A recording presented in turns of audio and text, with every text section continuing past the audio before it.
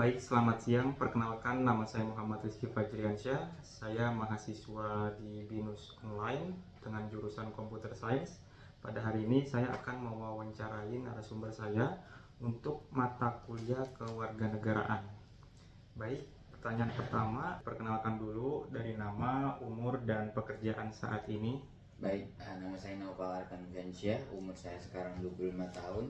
Saya bekerja di salah satu perusahaan swasta yang ada di Jakarta sebagai mobile app developer. Oke, baik. Untuk pertanyaan pertama dari saya, untuk saat ini mencari pekerjaan setelah lulus tuh apakah merasa sulit mendapat pekerjaan yang sesuai dengan latar belakang pendidikan Mas Noval dulu? Baik, sebenarnya menurut saya lumayan agak sulit ya, sekarang beberapa di bidang saya ini sedang lagi banyak-banyaknya gitu, terutama di bidang IT. Dan sebenarnya balik lagi kalau misalkan mahasiswanya seperti apa sih mas? Tapi untuk saya pribadi menurut saya lumayan agak sulit karena mencarinya itu terkadang demand-nya itu terlalu banyak. Terus dari supply-nya itu terlalu banyak, demand-nya itu yang terlalu sedikit yang ada di Indonesia. Seperti itu sih mas. Oke, selanjutnya untuk pekerjaan Mas Noval nih untuk saat ini tuh udah termasuk pekerjaan yang layak belum sih dari sisi gaji, jam kerja, sama jaminan kesehatan dan lain-lain sih? Baik, oke. Kalau menurut saya sih sudah cukup ya. Mulai dari gajinya sudah alhamdulillah. Terus jam kerjanya itu masih bisa fleksibel sih, gitu. Jadi masih bisa berfluktuatif. Terus juga dan tunjangan kesehatan segala macam ya itu alhamdulillah sudah. Berarti udah di cover juga dari perusahaan ya Betul, untuk jaminan betul. kesehatan. Oke, untuk pertanyaan selanjutnya nih, menurut Mas Noval nih apa sih alasan utama anak muda itu sulit mendapatkan pekerjaan yang layak nih di Indonesia, walaupun sebenarnya dia tuh udah selesai kuliahnya dengan dia punya ijazah tuh bukan yang SMP atau SMA, tapi kenapa dia tuh masih kesulitan gitu mendapat pekerjaan di saat ini? Oke, menurut saya sih lebih ke pengalaman sih ya mas. Saya lihat rata-rata beberapa fresh graduate ini mereka ini pengalamannya masih minim sih mas. Jadi beberapa perusahaan yang saya tanya juga ya, dia itu mencari fresh graduate at least yang memiliki pengalaman pernah magang atau PKL gitu sih mas.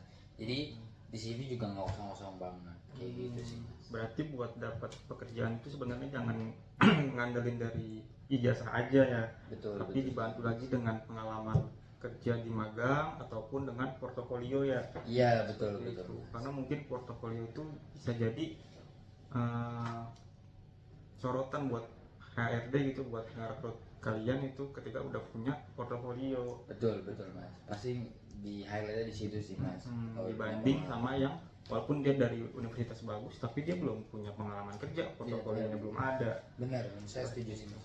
Oke. Selanjutnya, oh iya, untuk saat ini nih dari Mas Noval, apakah penghasilan Anda tuh udah cukup buat memenuhi kebutuhan sehari-hari untuk menabung, untuk keperluan rumah dan lain-lain? Baik, kalau untuk saya pribadi sih alhamdulillah cukup ya mas. Saya udah masih bisa nabung, masih bisa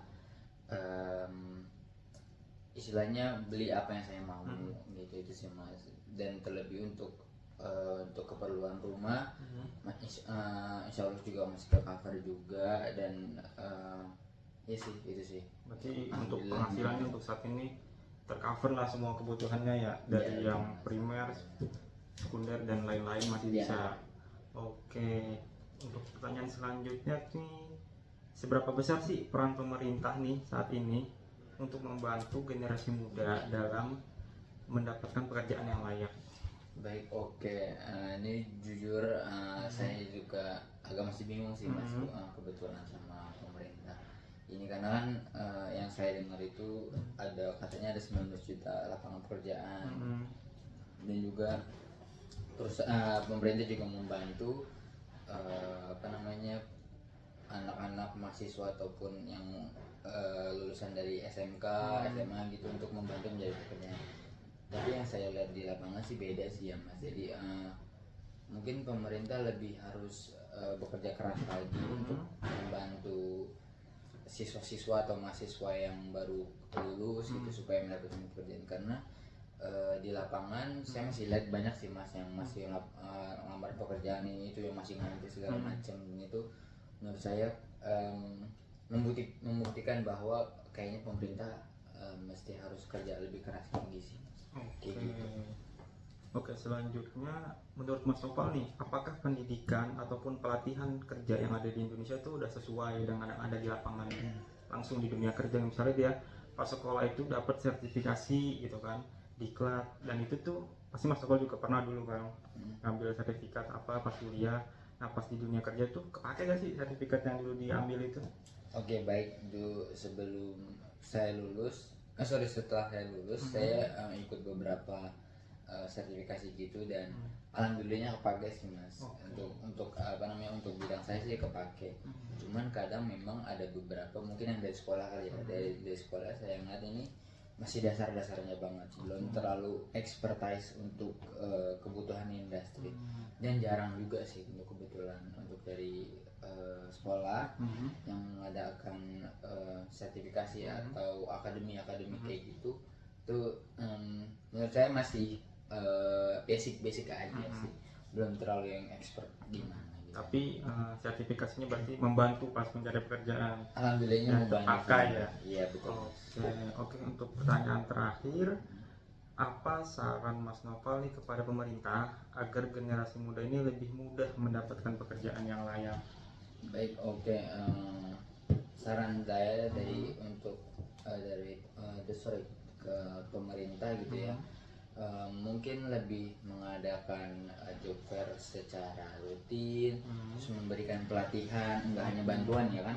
Sekarang saya ngeliatnya ada beberapa bantuan aja kan, BSU segala macam, dan saya rasa itu perlu, cuman ditambah lagi dengan bantuan berupa tenaga kerjaan untuk untuk training atau segala macam, supaya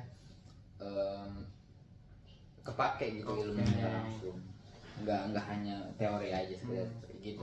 Berarti sarannya lebih ke pemerintah tuh ngasih pelatihan yang lebih banyak lagi ya. Betul. Biar pas mahasiswa ataupun siswa-siswa SMK pas dia selesai kuliah atau sekolah, dia tuh udah pernah disertifikasi, jadi dia tuh udah punya pengalaman seenggaknya gitu.